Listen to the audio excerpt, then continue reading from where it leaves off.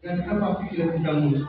Kemudian Nabi Ismail pun berkata bahwa wahai ayahku, ya aladil, wahai ayahku Iman, maka lakukanlah wahai ayahku apa-apa yang diperintahkan oleh Allah Subhanahu Wa Taala. Saat ini insyaallah minas sabirin. Mudah-mudahan aku dapat menjadi orang-orang yang selalu bersabar. Singkat cerita, perintah itu dilaksanakan oleh Nabi Ibrahim alaihissalam.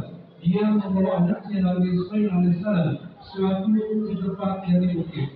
Kemudian pada saat itu Nabi Ibrahim menyembelih anaknya Nabi Ismail alaihissalam. Namun singkat cerita ini, panjang lebar ceritanya. Namun singkatnya, ketika Nabi Ibrahim akan istilah saudara geser, itu anaknya Ismail alaihissalam. Kemudian Allah memerintahkan kepada mereka, hei Jibril, gantikanlah itu Nabi Ismail dengan seekor kibas, gantikanlah. Maka digantikan oleh Nabi Ibrahim alaihissalam dengan seekor kibas. Dalam satu riwayat bahwa seekor kibas ini adalah kibasnya ataupun persembahannya Khabil ketika Khabil itu untuk mengorbankan ataupun untuk mempersembahkan kepada Allah Subhanahu Wa Taala. Itu kibasnya Khabil, anaknya Nabi alaihissalam. Ketika itu Nabi Ibrahim pun menyembelih anaknya itu dengan memejamkan mata. Ketika itu Nabi Ibrahim pun meneteskan air mata dan sangat terasa oleh Nabi Ismail alaihissalam. Wahai bapakku, janganlah kau menangis. Ini sudah menjadi perintah dari Allah Subhanahu Wa Taala. Kemudian ketika Nabi Ibrahim menyembelihnya, kemudian ditukar dengan seekor kibas, maka tersembelihlah itu seekor kibas. Setelah itu Nabi Ibrahim membuka matanya. Kemudian Nabi Ibrahim melihat korban itu ternyata bukan Nabi Ismail anaknya, tapi seekor kibas. Dan dia melihat tekanannya, dirinya Nabi Ismail ada di kanannya.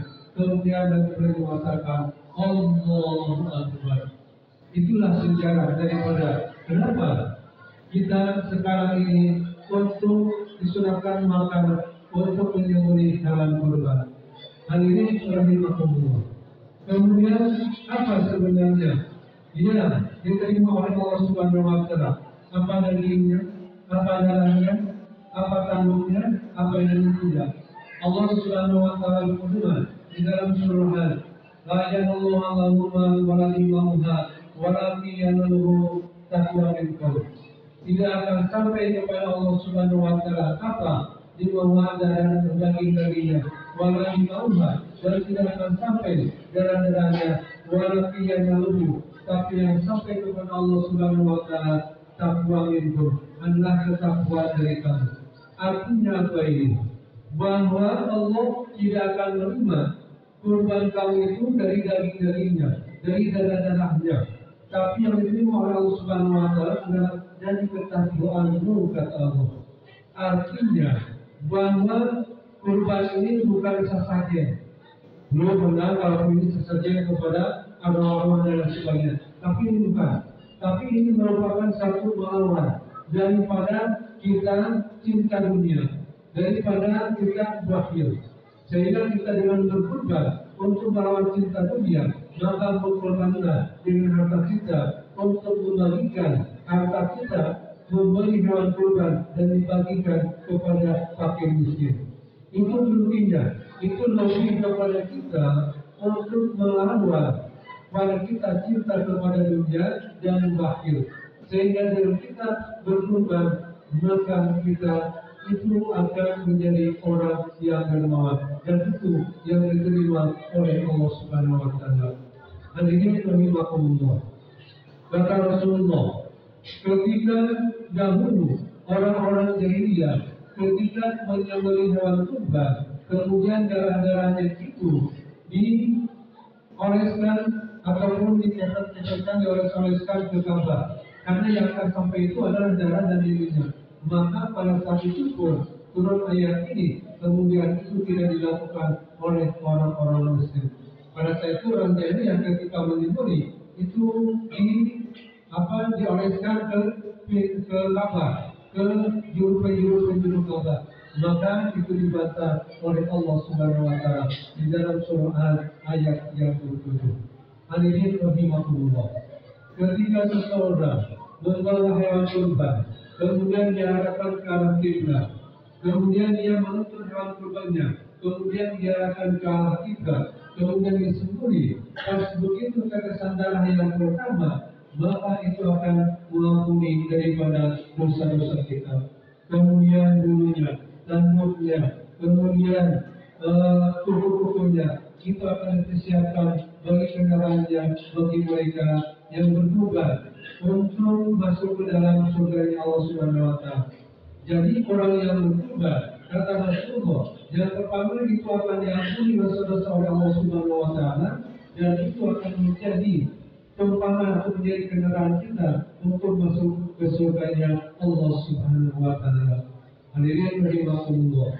Rasulullah sangat mengecam keras kepada orang yang mampu tapi dia tidak bertobat. Man sanalahu, orang siapa yang diberikan kemampuan untuk menyembunyi walau mungkin tapi dia tidak menyembunyi walau taqrabu salatana, janganlah dekat kepada tempat-tempat sholat kami, kata Rasulullah.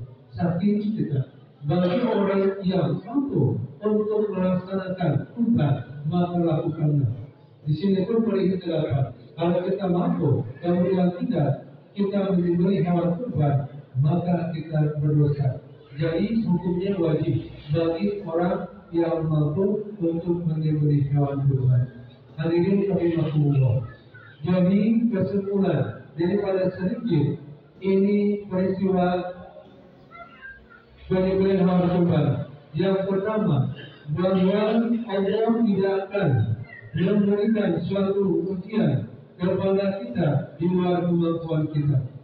Kalaupun Allah menguji di luar kemampuan kita, berarti ini Allah zalim kepada kita.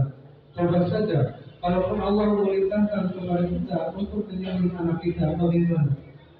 Nah, ini adalah suatu ujian bagi Allah Subhanahu wa taala, ataupun itu merupakan kemampuan kita.